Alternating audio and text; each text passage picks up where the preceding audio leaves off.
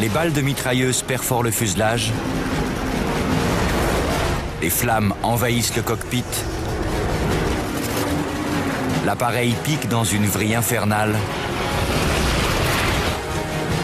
Mais le pilote d'un P-47 Thunderbolt lutte encore et repart au combat.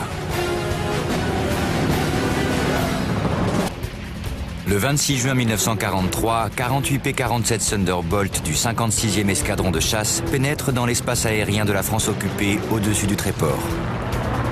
Leur mission, escorter des bombardiers B-17 de retour vers l'Angleterre.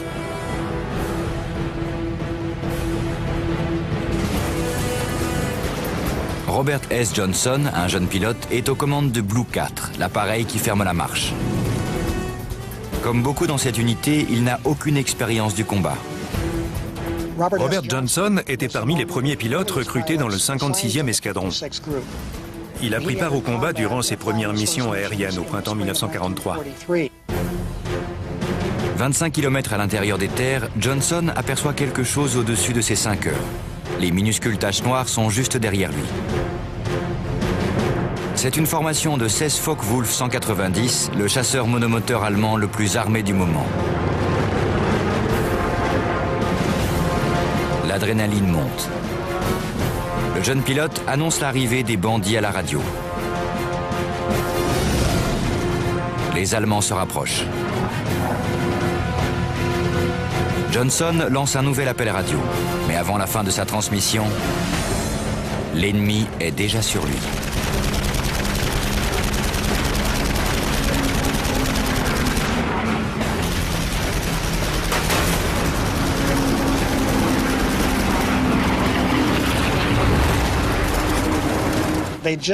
Ils l'ont presque réduit en pièces. Sa verrière était criblée de balles et il a reçu des éclats d'obus dans la jambe. Le métal se déchire, le plexiglas a volé en éclats. Une balle de mitrailleuse érafle l'extrémité de son nez.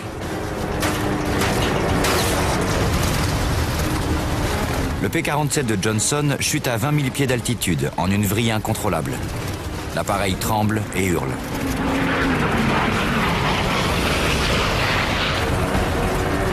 Les flammes menaçantes tourbillonnent dans le cockpit.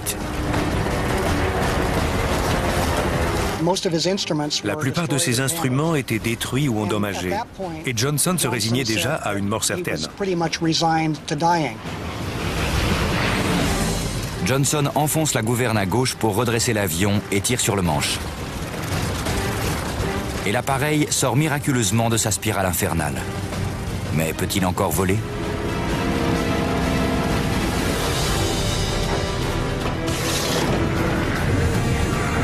Sa verrière s'est ouverte de 15 cm et elle s'est coincée. Il ne pouvait pas sortir.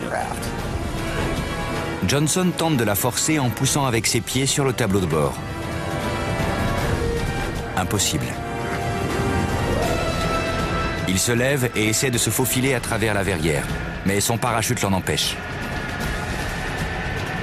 Il a commencé à réfléchir à sa situation. Et il a remarqué que la fumée s'était atténuée dans le cockpit. L'incendie moteur s'était éteint. À travers le sang qui lui coule sur les yeux, Johnson scrute les cieux en quête d'un avion ami. Il est totalement seul. Il tente à nouveau de débloquer sa verrière, en vain. Le Thunderbolt risque bien de devenir son cercueil. À ce moment-là, il perdait lentement de l'altitude en planant, mais était encore assez haut, et il était prisonnier de l'appareil. Puis, un avion isolé apparaît sur ses 4 heures. C'est un Focke-Wulf 190 au nez jaune. Son cœur se serre. L'as allemand Egon Meyer, qui combattait déjà depuis 3 ans et demi et comptait 66 victoires à son actif, venait de l'intercepter. Meyer était un adversaire redoutable et impitoyable. Egon Meyer se rapproche de cette proie facile. Le seul espoir de survie de Robert Johnson réside dans son avion. La réputation de robustesse du Thunderbolt est plus que jamais en jeu.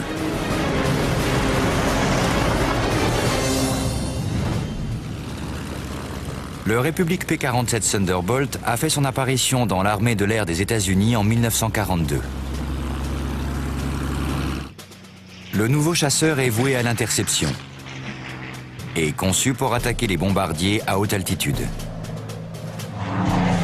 C'est le plus gros et le plus puissant monomoteur monoplace que les Alliés ont construit pendant la guerre. Le P-47 est doté d'un des moteurs mythiques de la guerre, le Pratt & Whitney R2800, un 18 cylindres en étoile qui développe 2000 chevaux.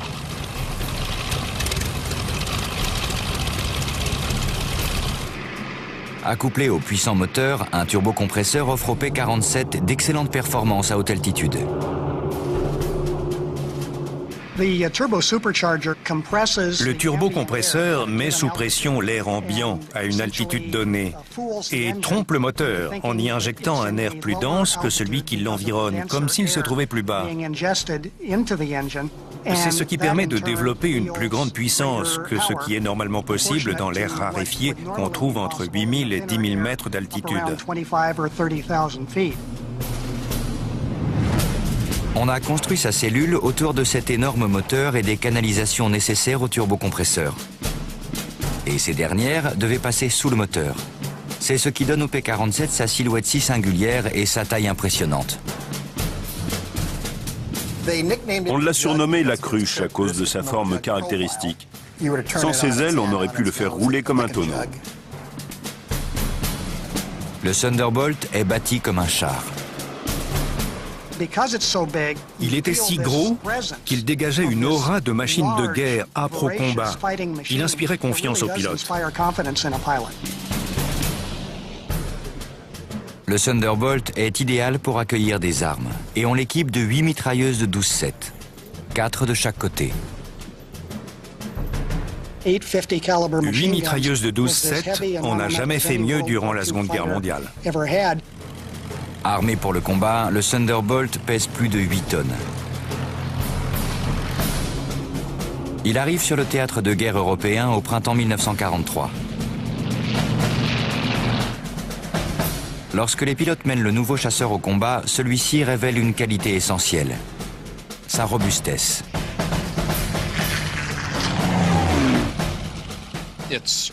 Son moteur en étoile encaissait mieux que les moteurs en ligne. Il n'était pas refroidi hydrauliquement et cela évitait le problème d'une balle bien placée dans le radiateur mettant un moteur hors service. Le P-47 pouvait rentrer de mission avec un cylindre en moins. Un blindage de 95 mm autour du cockpit, une cellule robuste et des réservoirs auto-obturants font de la cruche le chasseur le plus résistant de la Seconde Guerre mondiale.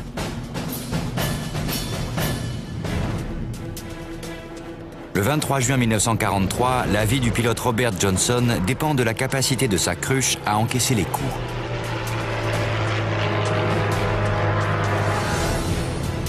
Un Focke-Wulf 190 isolé repère le Thunderbolt touché. L'as allemand Egon Meyer se place sûr de lui dans les 6 heures de Johnson. Il ne pouvait pas se dégager. Il ne pouvait pas le semer. Il était à la merci d'un ennemi qui n'aurait certainement aucune pitié pour lui. Dans une vaine tentative pour retarder l'inéluctable, Johnson vire à droite. Le 190 le suit sans peine. Johnson est sans défense. Le nez du FW-190 s'illumine quand Meyer presse la gâchette.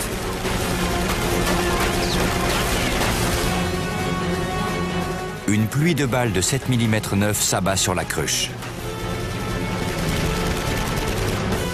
Le vacarme est assourdissant. Johnson ne peut se défendre qu'en enfonçant frénétiquement la pédale de gouverne dans un sens puis dans l'autre pour échapper au tir de l'Allemand. La manœuvre contraint Meyer à le dépasser. Pendant un instant, Johnson prend le dessus. Il tire une salve de mitrailleuse. Il ne le voyait pas vraiment. La verrière était maculée d'huile et de liquide hydraulique. Il en avait le regard voilé. Ses yeux le brûlaient. Mais cela lui faisait du bien de pouvoir tirer quelques balles pour dire à ce pilote allemand « Hey, je peux encore me battre ».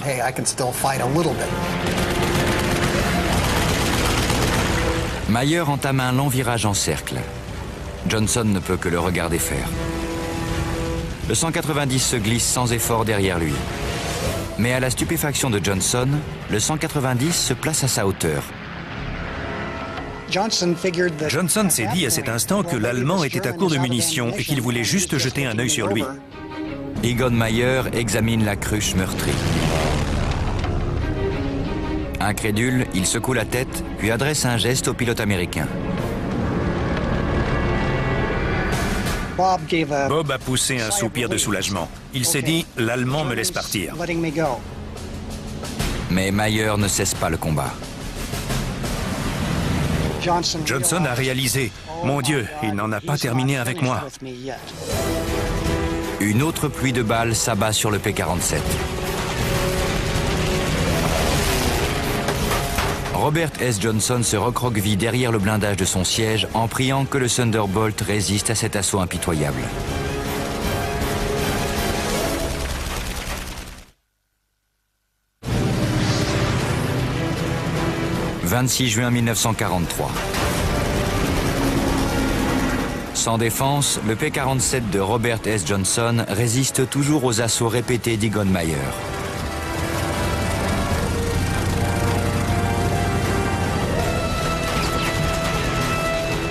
Johnson, déjà gravement touché par les tirs d'un autre FW, est isolé et à la merci du pilote allemand.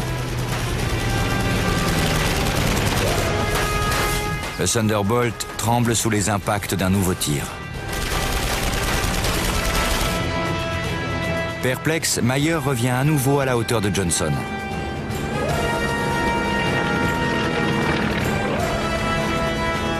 L'Allemand veut en finir une bonne fois pour toutes avec lui.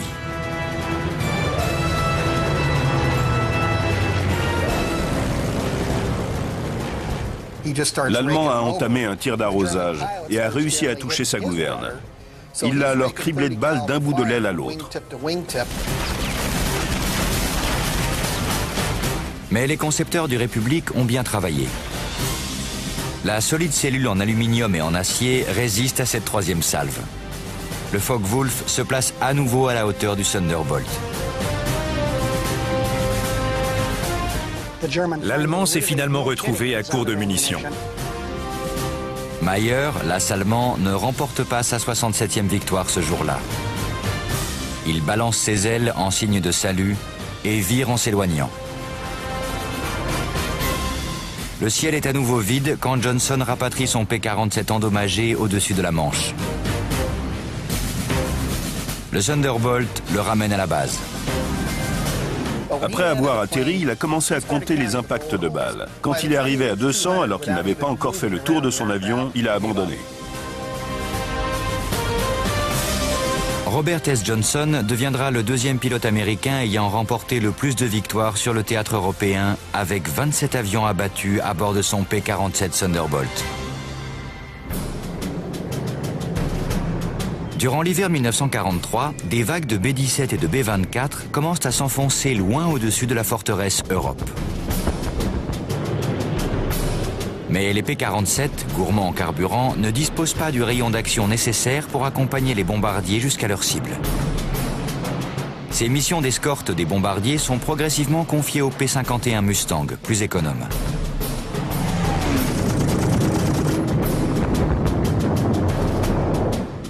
Équipé du moteur en ligne Merlin de Rolls-Royce, le P-51 Mustang acquiert bientôt sa renommée de chasseur américain par excellence.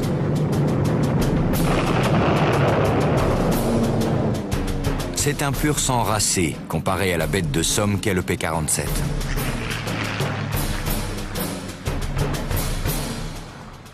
C'est pourquoi, à la veille du débarquement en Normandie, on confie une nouvelle mission au Thunderbolt. Sa résistance et son armement lourd le rendent idéal pour les attaques en rase-motte et les bombardements à faible altitude. Le P-47 est devenu le principal chasseur de la 9e Air Force du fait de son extrême polyvalence et de ses réelles capacités d'attaque au sol. Les pilotes de Thunderbolt de la 9e Air Force participent rarement à des combats rapprochés. Mais si on les attaque, ils sont prêts à riposter. 14 juin 1944. Les P-47 du 308e escadron prennent de l'altitude après avoir attaqué des positions allemandes au sol. Le lieutenant George Sutcliffe, 21 ans, s'aligne sur le leader de la formation, le colonel John Hessler. Il rentre au bercail.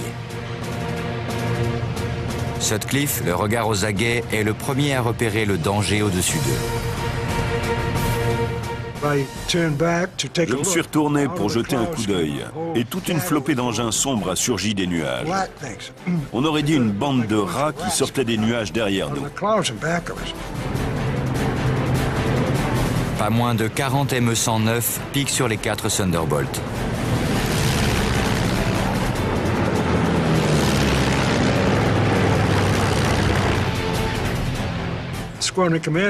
Le chef d'escadrille était encore en train de nous demander par radio de chercher des cibles et n'arrêtait pas de parler quand ces 109 ennemis ont surgi brusquement.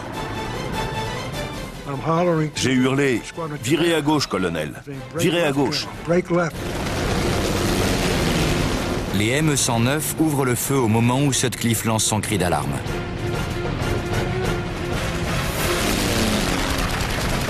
Quand il m'a entendu, il a rompu la formation et il a viré. Je l'ai suivi.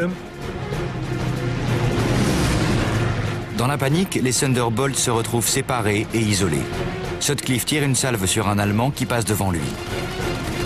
Certaines de ces balles touchent leur cible. Le chef d'escadrille hurlait « Ils sont trop nombreux, il faut se tirer d'ici, montez dans les nuages !» On avait les toutes dernières hélices quadripales qui nous favorisaient pour prendre de l'altitude.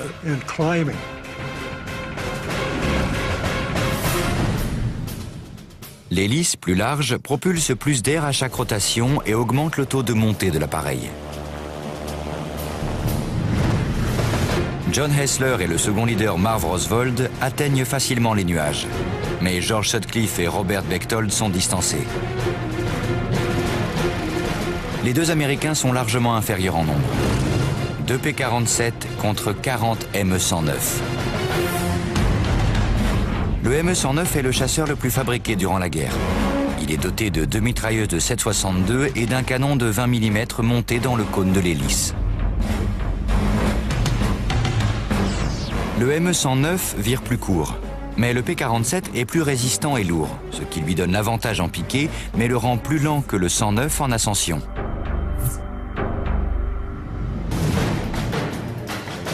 Sutcliffe est ici. Il y a trop de 109 autour de lui pour qu'il puisse atteindre les nuages. Il va tenter de se frayer un passage dans la mêlée pour plonger et se sortir de là. Je me suis dit que j'aurais besoin de toute la puissance disponible. J'ai mis plein gaz et j'ai enfoncé le bouton d'injection d'eau. L'avion est parti comme une fusée.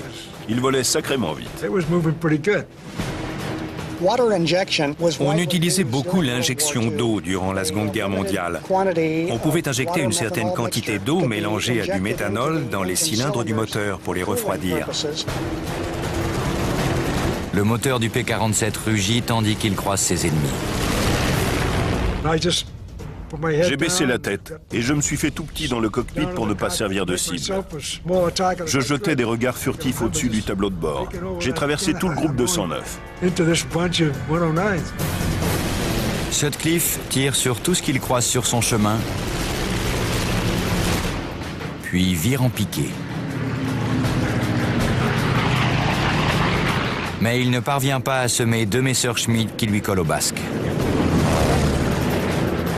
Il gagnait du terrain sur moi. Alors je me suis dit, c'est stupide. Je ne peux pas m'en sortir de cette façon. Sutcliffe n'est pas assez haut pour semer les ME-109 en piqué. Il réfléchit à toute vitesse. Quelqu'un m'avait dit que les 109 ne viraient pas aussi bien à droite qu'à gauche. Je ne savais plus qui me l'avait dit, mais je m'en suis souvenu. J'ai donc engagé une spirale serrée à droite en montée pour tenter d'atteindre les nuages.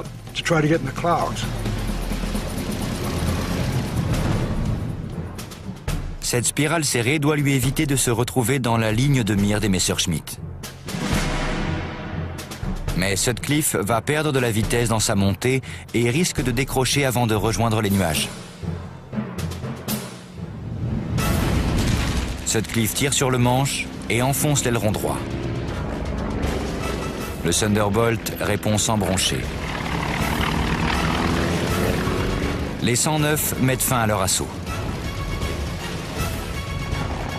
Toujours en spirale, Sutcliffe aperçoit le dernier P-47 encore au combat. Celui de Robert Bechtold. Je le voyais. Il avait un 109 sur ses arrières qui le canardait à tout va. Il a pris feu et a sauté en parachute. À présent seul et à la limite du décrochage, Sutcliffe relâche la pression et redresse son avion. 20 Messerschmitt tournent dans les airs, 1500 pieds au-dessus de lui, lui interdisant toute retraite vers les nuages. Ils étaient très organisés et ils ont entamé ce qu'on appelle des Loveberry sous la couverture nuageuse, juste sous les nuages. Les Allemands forment deux cercles en rotation opposés à 2000 pieds. Quelle que soit la direction dans laquelle Sutcliffe veut tenter de fuir, ils peuvent ainsi facilement plonger sur lui et l'abattre. Sutcliffe sait qu'il n'a guère de choix. Je n'avais pas assez de puissance pour grimper à 2000 pieds dans la couche nuageuse. Les Allemands tournoient au-dessus de lui. Ils chassent en meute dans l'attente que leur proie faiblisse.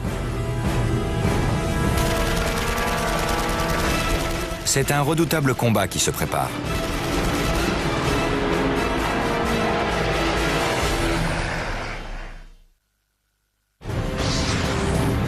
« 14 juin 1944. Aux commandes de son P-47 Thunderbolt, George Sutcliffe est isolé et piégé à faible altitude par une meute d'ennemis. 20 Messerschmitt au moins l'empêchent d'atteindre son refuge.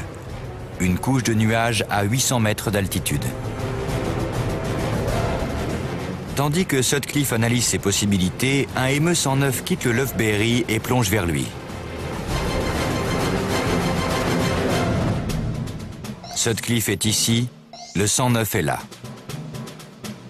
La meilleure solution pour Sutcliffe consiste à déclencher un tonneau pour piquer vers le sol et semer le 109. J'ai attendu et attendu jusqu'à la dernière seconde. J'ai vraiment cru qu'il allait me percuter. Sutcliffe vire.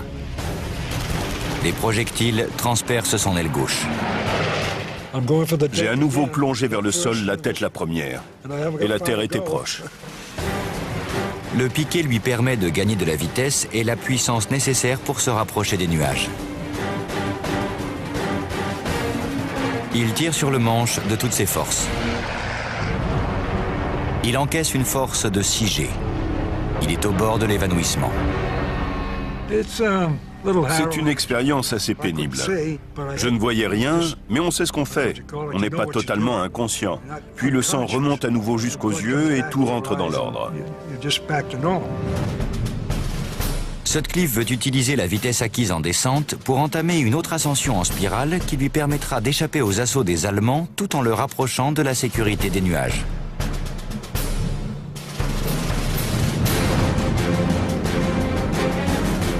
Au début, je filais en enchaînant les spirales serrées. Mais comme j'étais presque à la verticale, mon aérodynamique s'est rapidement épuisée et je ne grimpais plus beaucoup. Il y avait juste ce merveilleux gros moteur Pratt & Whitney qui nourrissait moi et cet avion de 7 tonnes.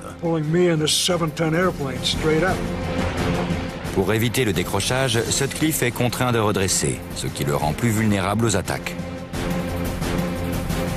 J'ai commencé à redresser en espérant atteindre les nuages, mais un 109 descendait vers moi sur la gauche. Il volait trop vite.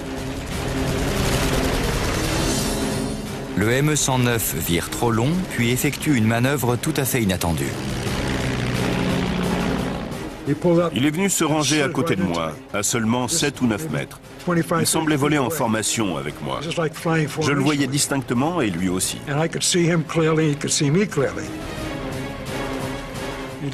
Il m'a regardé et a secoué la tête. Je l'ai regardé et j'ai aussi secoué la tête. J'ai pensé qu'il voulait me dire « Tu ne vas pas t'en sortir comme ça ».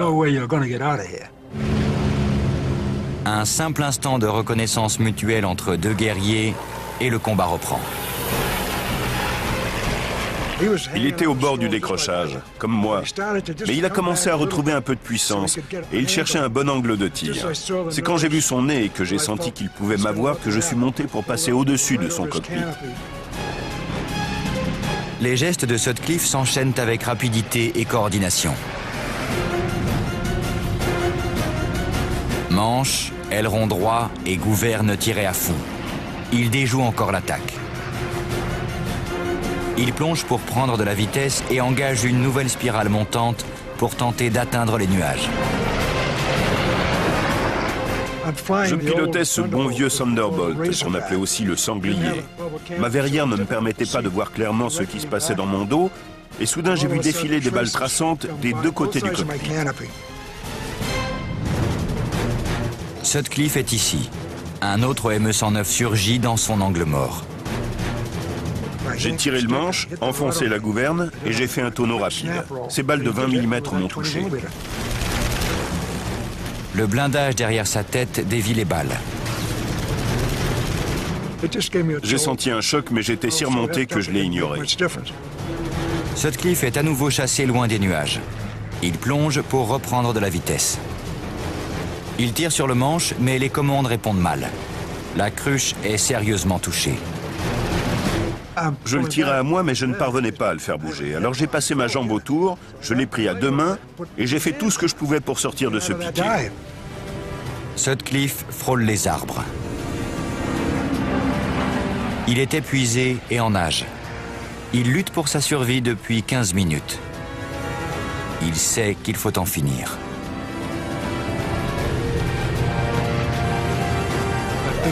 Je savais que je ne pourrais peut-être pas redresser l'avion la fois suivante. Il fallait que je me sorte de là. Sutcliffe engage une autre spirale verticale. Elle est décisive.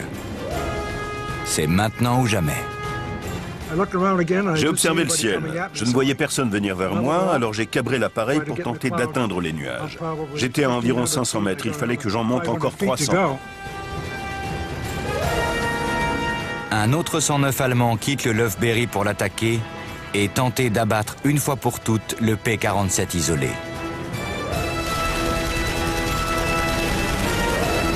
L'Allemand approche rapidement en piqué à pleine vitesse. Il réduit les gaz et enfonce la gouverne de direction à gauche. Il se positionne à hauteur de l'aile droite de Sutcliffe. Il s'est à nouveau approché de moi pendant qu'on grimpait. Mais on était près des nuages et j'ai décidé de continuer. S'il devait m'abattre, qu'il le fasse. Moi, je filais vers les nuages. Le moteur de Sutcliffe rugit tandis qu'il prend de l'altitude. Les mitrailleuses du 109 se rapprochent de plus en plus de l'arrière du Thunderbolt sans défense. C'est une course effrénée vers les nuages.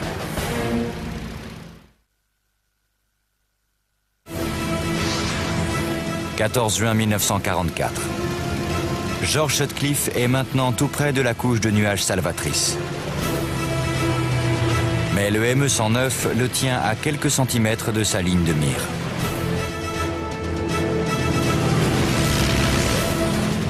Sutcliffe est au bord du décrochage malgré la puissance de son moteur qui propulse les 7 tonnes de l'appareil.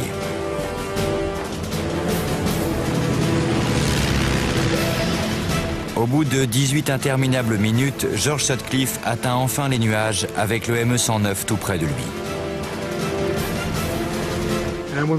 Quand on a atteint la couverture nuageuse, il a viré. J'ai vu son ventre qui roulait et il a disparu. J'étais heureux d'être dans les nuages.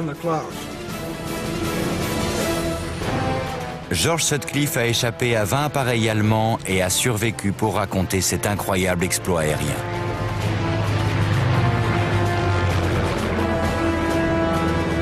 Il ramène son Thunderbolt à bon port. Je suis rentré et ils ont tous été surpris de me voir. Ils pensaient qu'on m'avait descendu.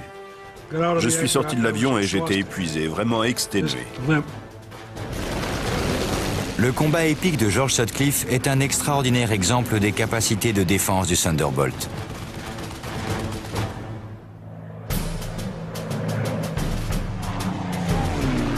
Mais la cruche est aussi un extraordinaire attaquant. Avec ses 8 mitrailleuses de calibre 12 mm 7, le Thunderbolt est paré à affronter les Allemands.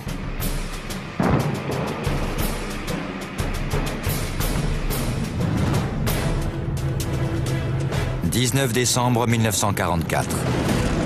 16 P-47 Thunderbolt du 354e escadron de chasse pénètrent dans l'espace aérien allemand. Leur mission, larguer des bombes sur le quartier général de la 116e division de Panzer près de Prüm. Ils sont commandés par le capitaine Kenneth Dahlberg, un as du P-51 qui a déjà 10 victoires à son actif. C'est sa première mission à bord d'un Thunderbolt. Alors que les P-51 avaient remplacé les P-47 dans de nombreux escadrons, le 354e, lui, avait troqué ses P-51 contre des P-47, fin 1944. Dahlberg et ses 16 P-47 n'atteindront jamais leur cible.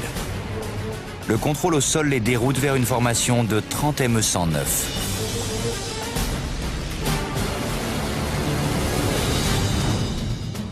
Dahlberg est ici, les ME-109 sont là. Il va virer sur son aile gauche pour se placer derrière la formation allemande. En effectuant sa manœuvre, Dahlberg repère d'autres appareils ennemis. 40 ME-109 viennent se joindre au combat. Le pilote de Mustang veut passer à l'attaque, certain que le P-47 est capable des prouesses qu'il attend de lui. Il se prépare à l'assaut. Tout commence par une poussée d'adrénaline. Il fallait se débarrasser de nos bombes. On les a larguées. Sans être vu, le P-47 s'approche de la formation ennemie. Dahlberg et ses hommes choisissent leur cible. Ils s'en rapprochent et ouvrent le feu avec ses 12 mm 7. Le ME-109 est déchiqueté. Mais le pilote allemand s'en sort.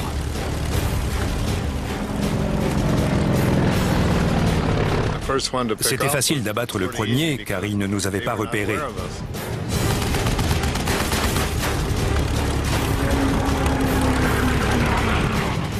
Mais après cela, ils ont tous fait demi-tour pour se ruer sur nous. C'était à qui céderait le premier.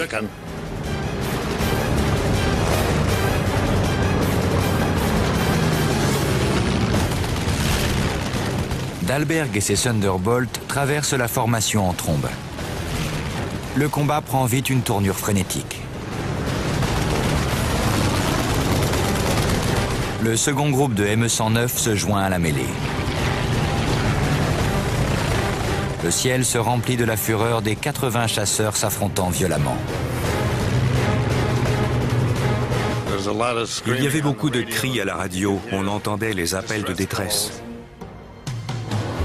Au centre de la bataille, Dahlberg repère une cible. Un ME-109 tout juste hors de portée en descente à gauche. Il vire à gauche et lui donne la chasse. Il tire quelques salves et fait mouche. Mais le ME-109 est à la limite de sa portée de tir. Brusquement, on m'a tiré dessus. Un 109 me prenait en chasse. Il était plus près que l'autre, alors j'ai changé de cible. Le ME-109 est piloté de main de maître. Dahlberg ne parvient pas à le mettre en ligne de mire. L'Allemand engage une manœuvre inhabituelle. Il poursuit le combat à la verticale. Le 109 renverse sa direction et se cabre. Dahlberg le suit. La manœuvre génère une série de ciseaux barriqués verticaux. Les deux avions prennent de l'altitude en espérant que l'ennemi décrochera le premier.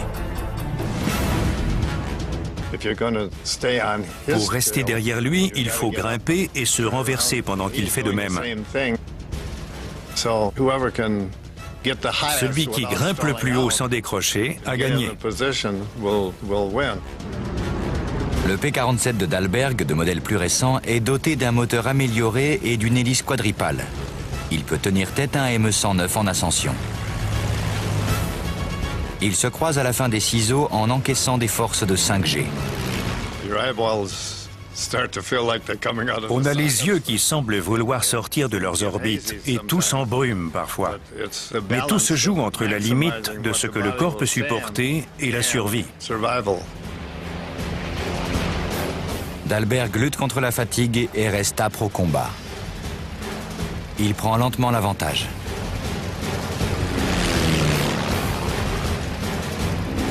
En entamant son ascension, il lève la tête et aperçoit l'Allemand qui manœuvre.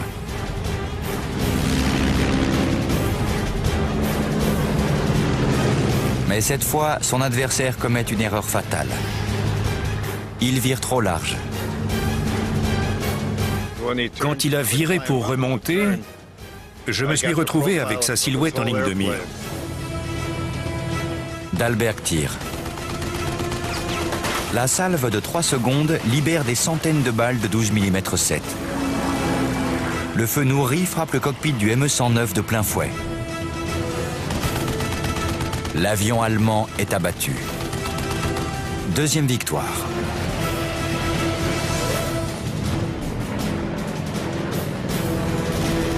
Dahlberg reste sur ses gardes et choisit la cible la plus proche.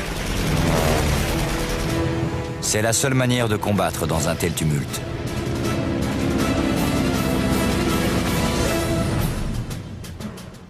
Le P-47 de Dahlberg est ici, en descente sur l'aile droite. Le ME-109 est là, 500 pieds plus bas. D'où il est, Dahlberg peut facilement se placer derrière l'Allemand. Il n'a pas réalisé que j'étais là, et ça a été rapide.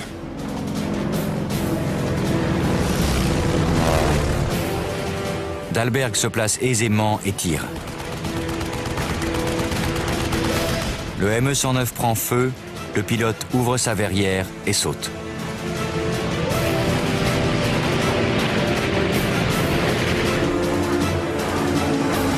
Troisième victoire. Mais dans la seconde qui suit, le Thunderbolt de Dahlberg essuie un tir de balle traçante. La situation se retourne en un instant. Dahlberg se retrouve sous les tirs croisés d'un ME-109 bien décidé à le descendre.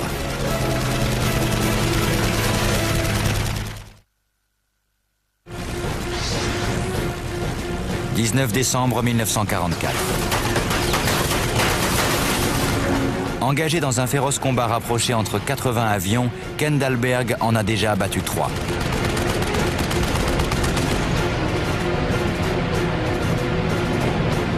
Mais un ME-109 est à présent à ses trousses. Il lui faut s'en débarrasser s'il veut pouvoir fêter ses victoires.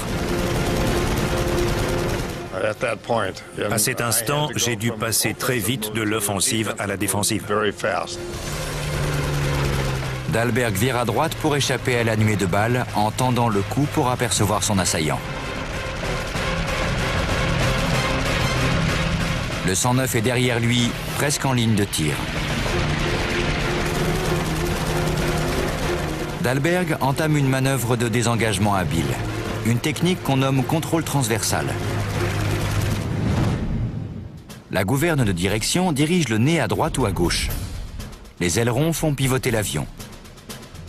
En se dirigeant dans une direction et en pivotant dans l'autre, le Thunderbolt vole de biais, ce qui le rend extrêmement difficile à atteindre pour le 109. On enfonce à fond la gouverne à droite, et au lieu de pivoter l'avion du même côté, on pousse le manche à gauche. On change ainsi très rapidement de direction. On vole en biais et on échappe aux balles qui passent devant le nez de l'appareil. Dahlberg déjoue l'attaque, mais perd ainsi beaucoup de puissance. Il redresse son avion et plonge pour prendre de la vitesse. Le ME-109 ne le lâche pas et s'aligne pour un autre tir. L'Allemand ouvre le feu. Dahlberg manœuvre à nouveau en crabe pour éviter les balles.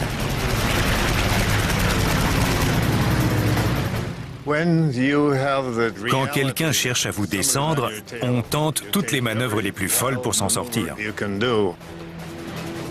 Dahlberg essaie tout ce qu'il peut pour semer le ME-109. Mais l'Allemand réagit vite.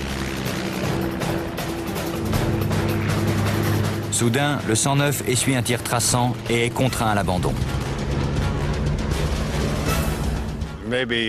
Peut-être qu'un de mes gars lui a tiré dessus, je ne sais pas. Tout le monde se tirait dessus, là. Dahlberg scrute le ciel en quête d'un autre M109. Pour la première fois depuis 7 minutes, il ne parvient pas à trouver de cible. Brusquement, ils semblaient avoir tous disparu. Dahlberg rejoint un autre Thunderbolt. Ensemble, ils scrutent l'horizon. Au loin, ils repèrent 209 qui tentent de s'esquiver.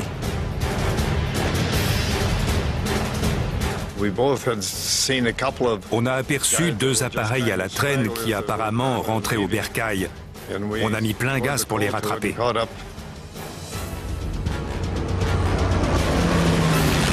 Les 109 sont à une altitude plus faible. Dahlberg plonge sur eux et acquiert assez de vitesse pour les mettre en ligne de mire. Pour la dernière fois de la journée, il ouvre le feu avec ses 8 Brownings. Le moteur prend feu, le pilote allemand saute. C'est le 4e avion que Dahlberg abat, le 14e depuis le début de la guerre. Dahlberg rassemble les P-47 qui restent et se prépare à rentrer à la base. Bien qu'à seulement 1 contre 5, ils ont réussi à abattre 9 appareils ennemis en ne perdant que 3 Thunderbolt.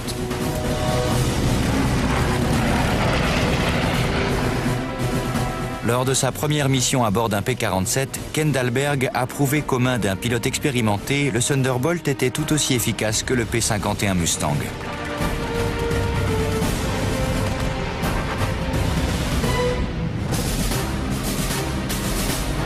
Le P-47 fut sans aucun doute le chasseur le plus remarquable sur le théâtre européen de la Seconde Guerre mondiale. Il faut se souvenir que c'est le P-47, pas le Mustang, qui a été le chasseur le plus produit de tous les temps. On en a construit quelques 15 500, de tout type, entre 1941 et 1945. Les pilotes de Thunderbolt ont abattu 3752 appareils ennemis en duel aérien. Au sol, ils ont détruit 86 000 wagons, 9 000 locomotives et 6 000 véhicules blindés durant toute la guerre.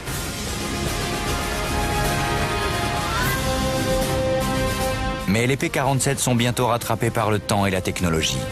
Durant la guerre de Corée, l'armée de l'air américaine les remplace par des chasseurs à réaction. L'héritage du P-47 Thunderbolt va pourtant revivre avec un autre superbe appareil d'attaque au sol, le A-10. En hommage au P-47, le A-10 a été officiellement surnommé le Thunderbolt II. Mais il est plus connu sous le nom de Warthog. Le A-10 peut infliger une puissance de feu dévastatrice à une cible au sol grâce à ses munitions téléguidées de haute précision et son incroyable canon de 30 mm. Il est lui aussi renommé pour sa robustesse. Une renommée qui parle aux pilotes de P-47 Thunderbolt quand ils se rappellent leurs anciens appareils. C'est le meilleur avion que j'ai jamais piloté, surtout au combat. On savait qu'il allait nous ramener à la base. Quelle que soit la quantité de balles qu'il avait reçues, il tiendrait jusqu'au retour.